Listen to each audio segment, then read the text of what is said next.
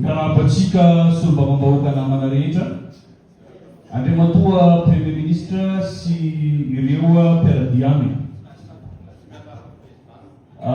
Voalohany dia petrako amin'ny ministre délégué chargé de la gendarmerie nationale ny fametraha mpamitaniana voalohany.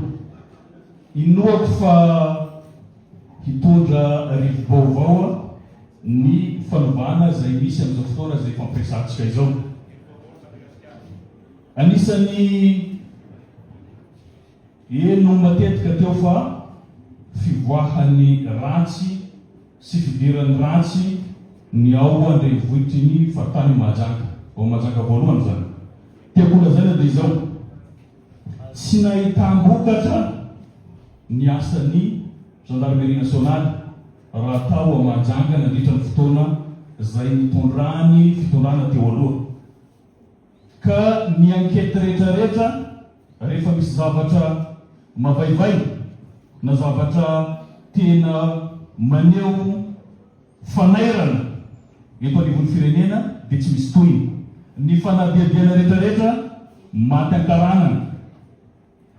Ohatra amin'izany dia ny fahatratrarana rongony matetika izay mivoaka tsy miditra ao Mahajanga. Manana atao-taratasy mahakasika an'izay zay Monsieur le Ministre, mbola horesantsika manokana izay.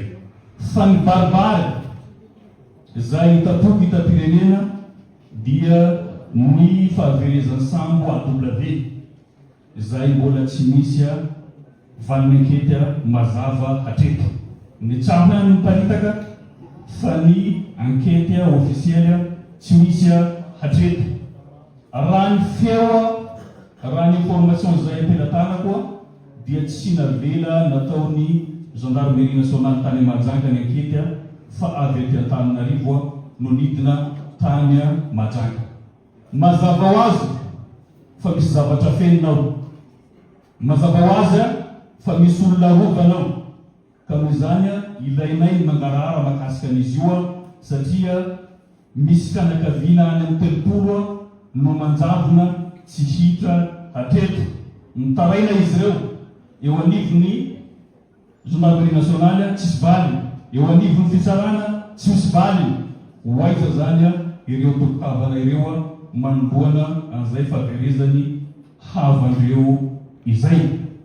Zay nanankiray averina ko any amin'ny gendarmerie satria zahay tao anatin'ny fanoherana nandritra amin'ny fotoana maro dia zavatra ataonay rehetrarehetra tsy misy valy.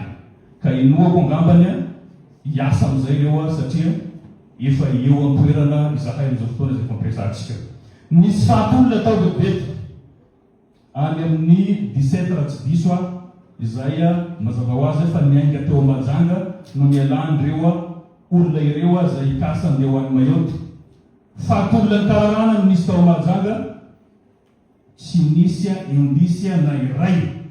Tiako lazaina tsy nisy sambo na koa gilet de sauvetage ho an'ireo mpandeha ireo. Mazava ho azy fa tsy tody amin'ny alianao izy ireo fa natsipy anaty rano, izany hoe misy vonolona tao. Ka fantatra io tsy possible hoe sambo na vedety na tefotefo ny ala tao Mahajanga ka tsy fantatra ny trasiny zany. Ilainay mangarahara mahakasika an'izay Monsieur le Ministre. Ary tsy vitan'izay mangataka fanoloana gendarme vitsivitsy izay mbola hoentiko amin'ny anarany satria fantatra fa piraitsy kombakomba amin'olona izay manao tsy mety ao Mahajanga. Manarakaraka an'izay ny PMF sy ny fitsarana mbola mahakasika io raha io fitaterana moa ministère ny fitaterana sy ny fitsarana toko lazaina amin'izay mila fanoloana tompona andraikitra zay fa tsy mila zavatra mamofady tahaka izao amin'ny tanàna zay misy anay. Ny énergie maberesaka tato ato ny mahakasika ny transformateur izay avy any Mayotte avy amin'ireo association zanaka Mahajanga izay nalefa tao Mahajanga tsy nivoaka io nandritra ny fitondrana teo aloha nefa fafantatra fa resaka délestage no olana teto Madagasikara fa tsy navoaka ny fitondrana teo aloha izany na dia tabataba Mahajanga nandritra ny fotoana ireny. Izy tao anaty fitondrana aty namoaka andreo transformateur efa tsy amby roapolo izay avy any Mayotte fa kosa ny mampametaka amin'ny tany eto aiza izy ireo eno fa tia Antananarivo ka izay zavatra zay mampalahelo ny zanaka Mahajanga ilanay fanazavana mba tsy hampisy ahiahia manodidina an'izay fanomezana avy amin'ny zanaky ny faritra izay. Eto koa zao andrefatoa ministre des travaux publics nisy asa nataon'ny fitondrana teo aloha ihany lalana RN 54 zay mandeha amin'ny aéroport tsy misy angamba lalana mandeha amin'ny aéroport kely mitovy amin'izany manerana Madagasikara raha tsy ao Mahajanga. Ovalin'izany betsaka ny loza fahatolona amin'ny lalana io saika isan-kerinandro misy accident ka tadiavinay no analebazana ny lalana io mba sy hitera-doza. Ny ministère de sécurité publique misy birao efa vita commissariat anankiray izay mbola tsy nipokarana hatreto ary mbola tsy nifindra koa ny mpiasan'ny polisy nationale.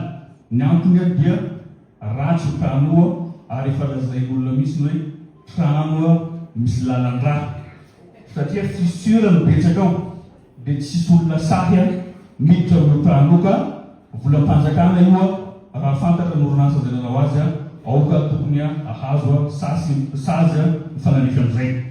Ny farany amaranako azy dia miresaka serasera amin'izao fotoana izao mampiresaka sady manakorontana ny saim-bahoaka ho an'ireo zay mpisehatra amin'ny réseaux sociaux zay manelitsaho manakorontana zay manimba fiainan'olona mihitsy amin'izao ka itodiko manokana aminao militany serasera raisoa ny andraikitra tandrify amin'izay satria ny firenenantsika mila fitoniana ilaina ny fahalalana fa kosa tokony ao anatiny fanaran-dalàna izany fa lasa sanatrian'izay teo mandalo crise tsika mbola anatin'ny crise tsika amin'izao dia mbola asina crise vaovao ka izay no mampongay tokony apetraka ny arofenitra ary tokony apetraka ny lalàna fanaraka amin'izay mba ahafahantsika manana fiarahamonina vanona ary koa manana firenena matanjaka mena ao anatin'ny demokrasia sy ny fananjana ny lalàna velona.